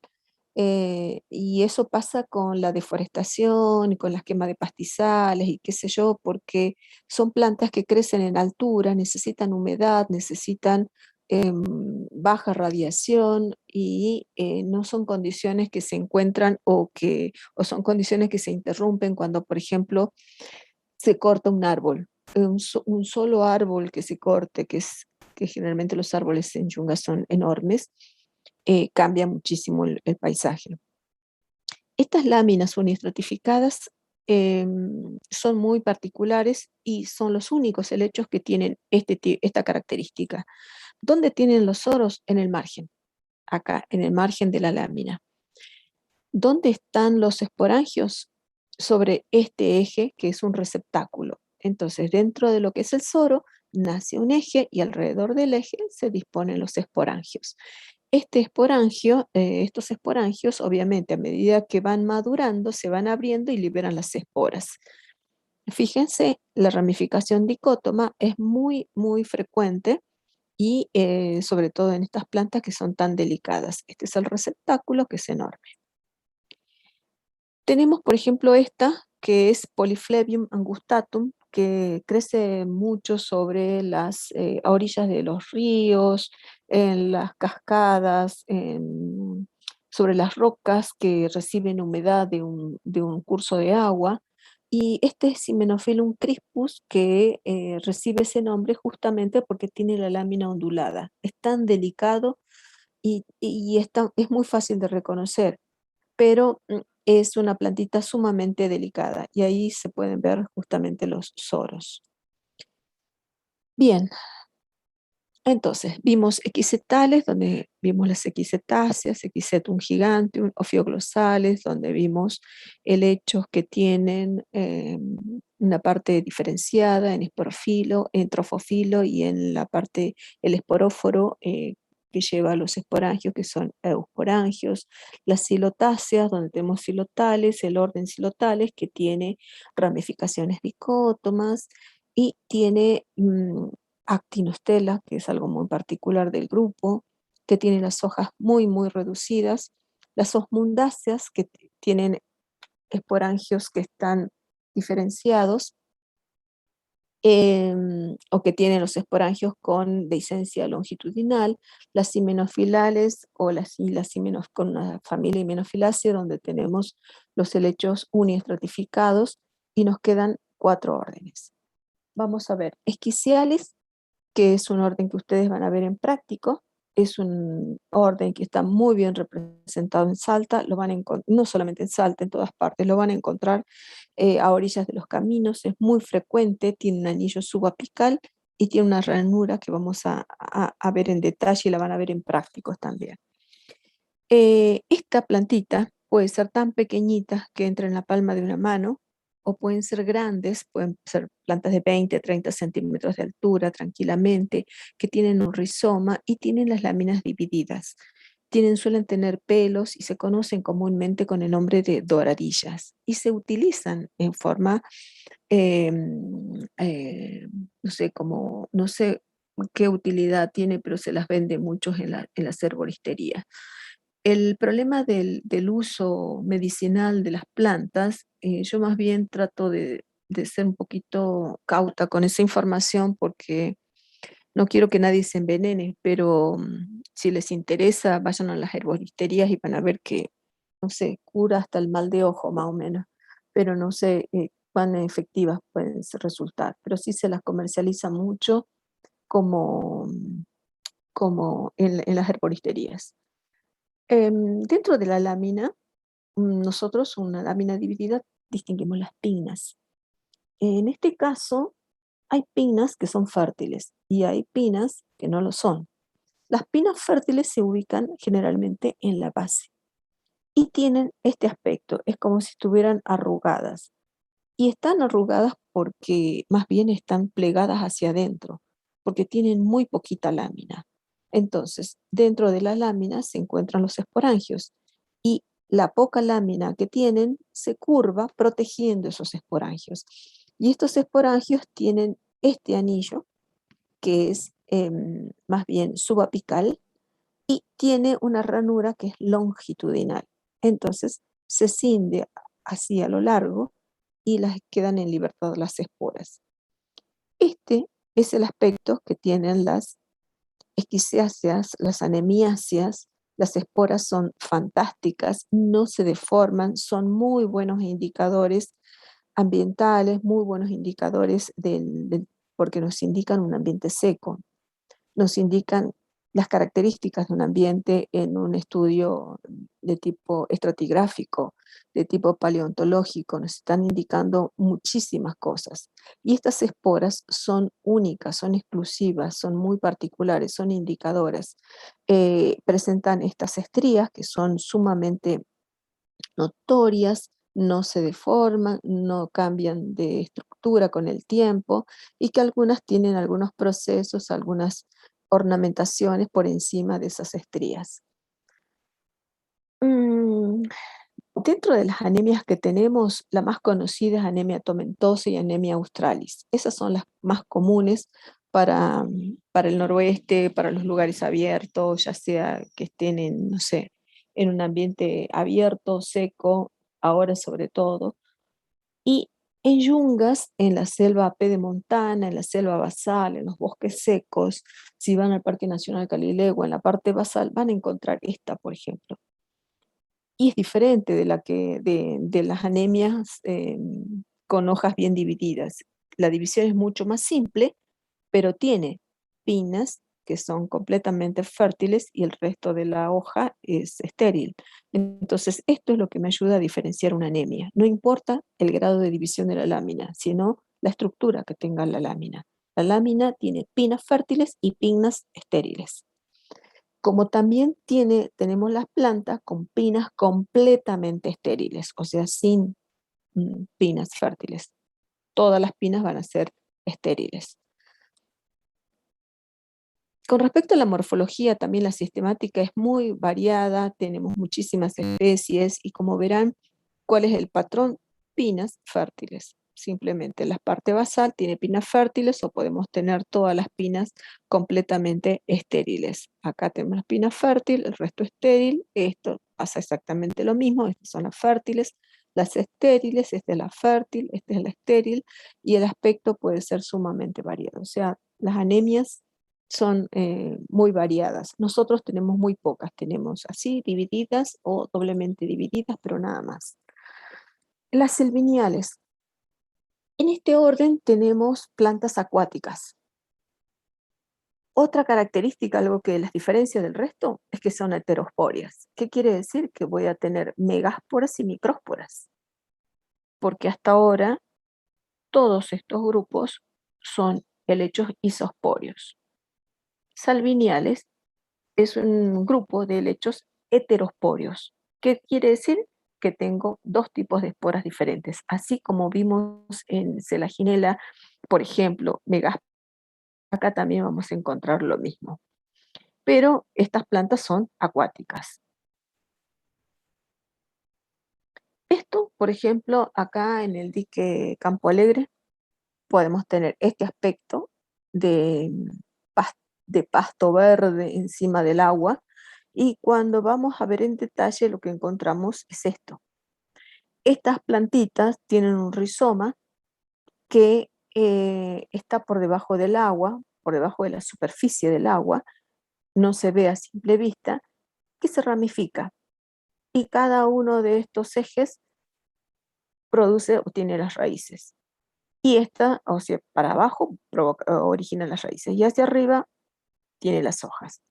Pero lo que pasa con estas hojas es que lo que pasa con esta planta es que cuando la queremos erradicar, ¿qué hacemos? Van y cortan. Que quede un fragmento es suficiente, porque la planta no necesariamente tiene que tener reproducción sexual, puede ser vegetativa. Entonces, cuando yo más rompa una planta que tenga reproducción vegetativa, más la estoy multiplicando.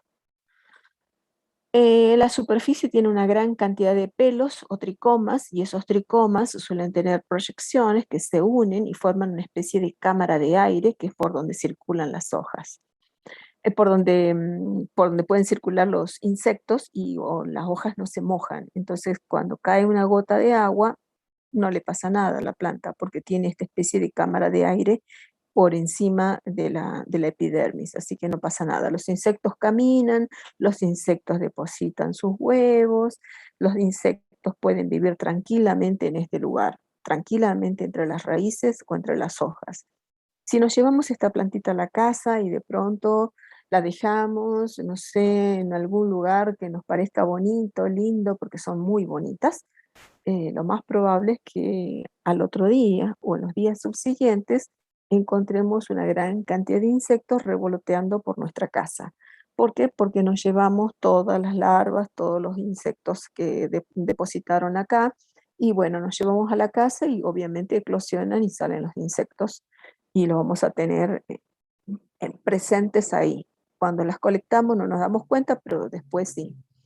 Y tenemos hojas que están laciniadas, que parecieran raíces, donde se encuentran los esporocarpos. Y estos esporocarpos son los que contienen los esporangios. Así como tenemos estas plantas que son grandes, notorias, evidentes, que las podemos ver a simple vista, también encontramos sobre la superficie del agua, formando una especie de mata encima del agua, una capa que está formada por azola. En este caso, este género, las plantas son muy pequeñitas y las hojas también son muy pequeñitas. Pueden medir 1 milímetro o quizás menos. La particularidad de estas hojitas es que son huecas en el interior. Y en esa cavidad alojan una cianofita, que es Anabaena solae, que fija el nitrógeno. Entonces, la planta enriquece el suelo, el ambiente, porque si las colocamos sobre un ambiente húmedo, un suelo húmedo, sin necesidad de que esté inundado completamente, pueden crecer tranquilamente y me pueden aportar mucho nitrógeno al suelo.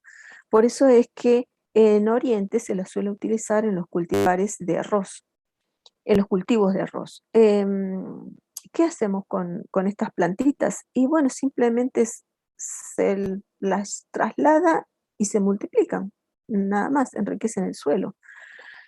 Estas plantitas se diferencian muy fácilmente de las lentejas de agua, porque las lentejas de agua también crecen así en ambiente pantanoso, pero estas tienen color rojizo. Cuanto más radiación recibe, más rojizas se tornan. Y a medida que va madurando la planta y se van multiplicando, muchos ejes sobresalen, pero en realidad se multiplican y se van muriendo las que están abajo. Estas plantas pueden ser muy pequeñitas o pueden ser medianas o grandes, dependiendo de la especie, pero son plantas que se utilizan muchísimo con estos fines para enriquecer el suelo. Acá en el NOA tenemos solamente dos especies, Azolla filiculoides y Azolla cristata. Si queremos ver las esporas son fabulosas, son fantásticas y tienen una ornamentación muy particular, muy distinta, porque tienen que tener adaptaciones al ambiente acuático, pero solamente las van a poder ver con microscopio, ni siquiera con lupas, con microscopio nada más. Y tenemos otro orden, que es el orden Ciatiales. Este orden incluye los helechos arborescentes. Los helechos no son arbóreos, sino son helechos arborescentes. En Salta tenemos muchos bosques de helechos arborescentes que no conocemos, que no visitamos habitualmente, que hemos podido llevar a los alumnos en algunas salidas de campo, que están sobre todo en Orán, pero los que se encuentran más al norte están en el límite con Bolivia, en el Baritú. Estos helechos arborescentes pueden tapizar las laderas, pueden formar grandes matas y pueden crecer, pueden formar bosques puros o bosques mixtos, y estos bosques se caracterizan porque justamente tienen determinado tipo de vegetación, no crecen en cualquier ambiente, necesitan cierta humedad, necesitan determinadas condiciones. El problema que tenemos acá en este lugar es que hay ganado. Y las vacas cuando caminan por el campo no miran dónde pisan, no van por el senderito como hacen las ovejas. El ganado vacuno, el ganado equino, lamentablemente no pisotean, rompen, y estos ejes son frágiles. Entonces, una vez que le pusieron una pata acá, ya lo rompieron. Así que estos bosques están muy en peligro, igualmente están protegidos, todavía existen porque es muy difícil llegar a este lugar, debido a que hay varios ríos y hay que ver en qué época se puede cruzar. Em, de los helechos arborescentes, este eje que vemos acá aéreo es la parte aérea, la parte terrestre está abajo. El rizoma verdadero es subterráneo. Lo que sale acá es el eje aéreo.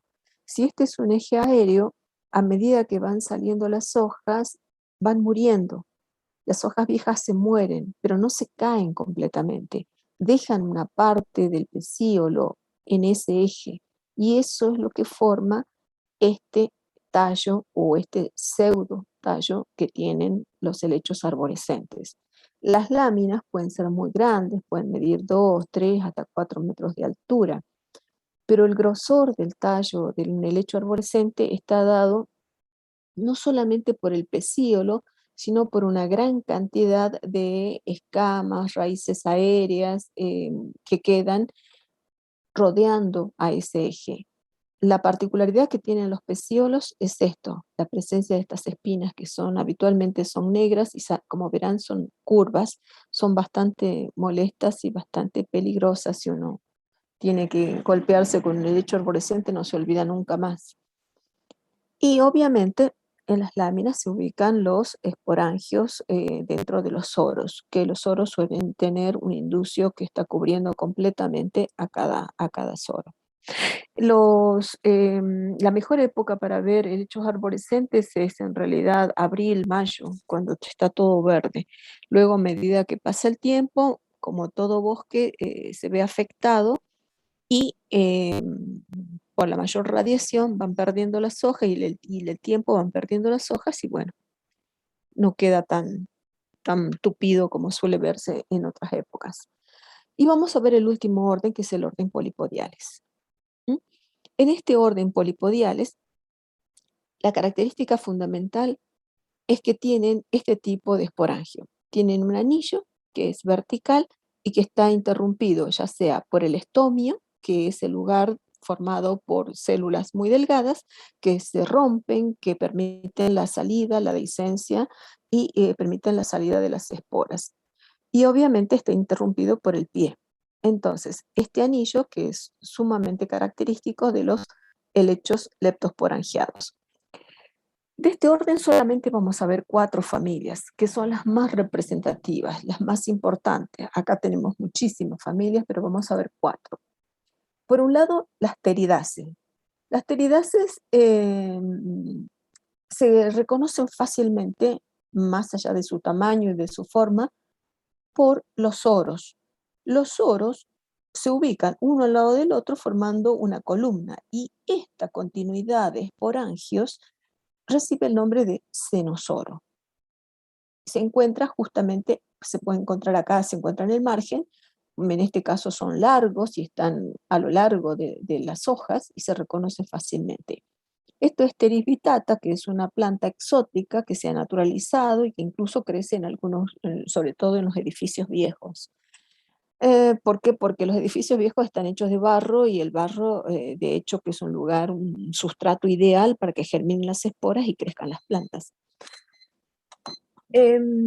Otras pteridáceas, como por ejemplo, esto es Pteris pelea ovata, que es una planta que crece en el Cerro San Bernardo, no sé si la han visto alguna vez, pero es muy frecuente en el Cerro San Bernardo, también tiene los soros en el margen y forma estos cenosoros. Si nosotros hacemos un corte al nivel en el margen de la hoja, vamos a ver de que estos esporangios se ubican en el borde y están protegidos por la misma lámina. En el caso de Adiantum, o lo que nosotros conocemos como culandrillo, estos senosoros son cortitos, son soros más bien. Son soros muy cortitos y están protegidos por el margen reflexo de la hoja. ¿Qué quiere decir? Que en las pteridáceas la característica más importante es el margen reflexo. Eso es lo que protege a a los esporangios y que tienen soros o senosoros.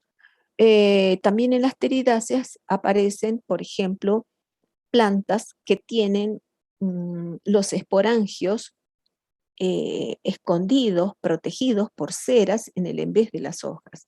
Y quizás esto lo vieron a orillas del río.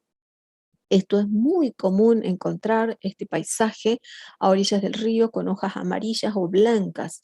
El color blanquecino o amarillento está dado por las ceras. Si miramos en detalle, vamos a ver las cabecitas de los esporangios entre la cera. Es un pitirograma trifoliata, ¿por qué? Porque tiene 3 hojas por cada nudo. Si se fijan, para encontrar 3 hojas muy próximas entre sí. Entonces, ese es el nombre.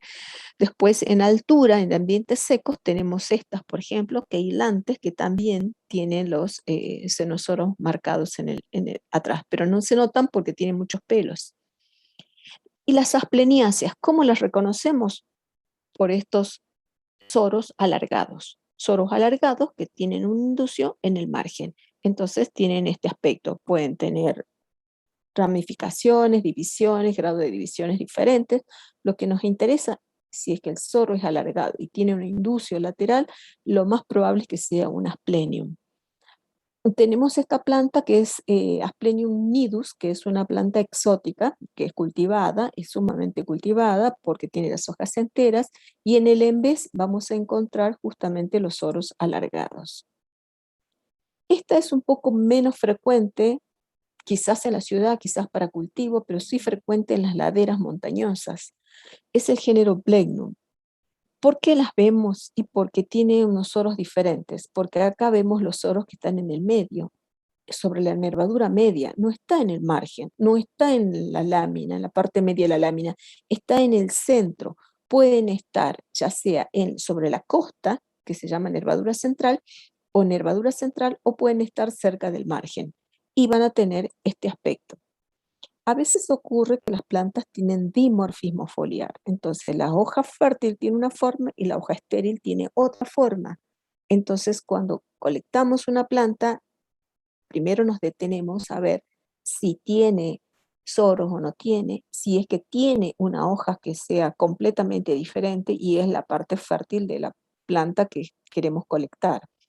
Esto es Lomariosica yungensis, que es una planta que es muy frecuente en yungas. Una que van a encontrar en San Lorenzo y en muchos lugares es micrograma. Micrograma escuamulosa es una plantita que tiene rizomas dentro de la familia Polypodiaceae, es una de las más comunes, tiene rizomas ramificados con muchas escamas muy apretadas y tiene las hojas que a simple vista se permite ver la nerviación que suele ser bastante compleja. Esta es una plantita que ha llegado a Salta, la han traído y vino escondida, camuflada dentro de las palmeras que trajeron de Corrientes al Parque Bicentenario. Entonces, es una planta que no es nativa, es del NEA, pero ha sido introducida desde que pusieron las palmeras, empezó a crecer. ¿Por qué? Porque deben haber traído esporas entre las axilas de las hojas y empezó a crecer este helechito. Si van al Parque Bicentenario, la van a ver y es muy bonita. Lo que sí les voy a pedir que no la saquen, porque recién están creciendo. Tienen rizomas muy ramificados y tiene dimorfismo foliar. Las fértiles son diferentes de las estériles. Esta es la fértil y esta es la estéril. En micrograma escomulosa también hay este dimorfismo foliar, solo que aquí es mucho más marcado. Este es micrograma bacinifolia y tiene los soros, en este caso son desnudos, no tienen inducio, son soros desnudos. Por eso son soros muy redondos y ustedes pueden individualizar muy bien los esporangios. Este es Pleopeltis, que es una de las especies más comunes, más frecuentes, la vamos a encontrar en el Parque San Martín, en, no sé, en San Lorenzo, en todos lados. Y hay plantas. Dentro de este género hay plantas saxícolas que crecen encima de las rocas y hay otras que son epífitas que crecen sobre las ramas de los árboles. Tenemos varios tipos, varias especies de Pleopeltis. Y también podemos encontrar, por ejemplo, si vamos a Yungas, en San Lorenzo es muy frecuente esta imagen de ver largas cabelleras que cuelgan de los laureles. Estas largas cabelleras pertenecen al género Campyloneurum. Y si vamos a la Caldera, camino de Cornisa, vamos a encontrar estos epífitos que tienen la lámina dividida y tienen unos soros enormes en el embés, que es el género Phlebodium. Son polipodiáceas. Fíjense que las formas de las hojas son diferentes, pero son polipodiáceas. ¿Por qué? Porque tienen los soros desnudos en vez de las hojas. Y otra que tiene el aspecto de un peine, por eso recibe el nombre de pecluma. Pecluma es epífito. A veces puede crecer sobre las laderas de las montañas, pero ¿por qué? Porque se cayó una rama del árbol, quedó depositada acá y sobre esa misma rama siguieron creciendo. No son terrestres, son epífitas. Son terrestres ocasionales, porque, bueno, se cayó la rama y si levantamos estas plantas, lo más probable es que encontremos la rama enterrada, tapada ya con tierra y que, bueno, al tener las esporas, siguieron creciendo estas plantas o multiplicándose estas plantas de pecluma. Y esto solamente para que sepan, la familia Nefrolepidaceae no es nativa de América del Norte, crece acá, está como escapada de cultivo y posiblemente la encontremos ya sea en el embés, alrededor de los tallos de las palmeras o en las axilas, es muy frecuente verla así. Son plantas que no son nativas, pero en algunos casos, no en Salta, pero sí en Buenos Aires, en el NEA, están naturalizadas. Acá la vamos a encontrar generalmente asociadas a palmeras ya un poco grandes, un poco antiguas. Bien, esto es todo de Polipodiophyta. Todos los órdenes son completamente diferentes. El más importante, el más representativo, el que vamos a ver en práctico, está acá. De las otras vamos a ver algunas cosas nada más. Es solo la guía de prácticos, no sé si ya está en la plataforma, pero seguramente si no está, la van a subir en breve, pero ya tienen el teórico, tienen los apuntes y tienen el práctico. Bien, nos vemos el lunes. Bueno, profe, hasta luego. Bueno, profe. Chao, chao chicos, Chao, hasta luego. profe. Chao, Hasta luego, chao. profe. Buen fin de Chao. semana.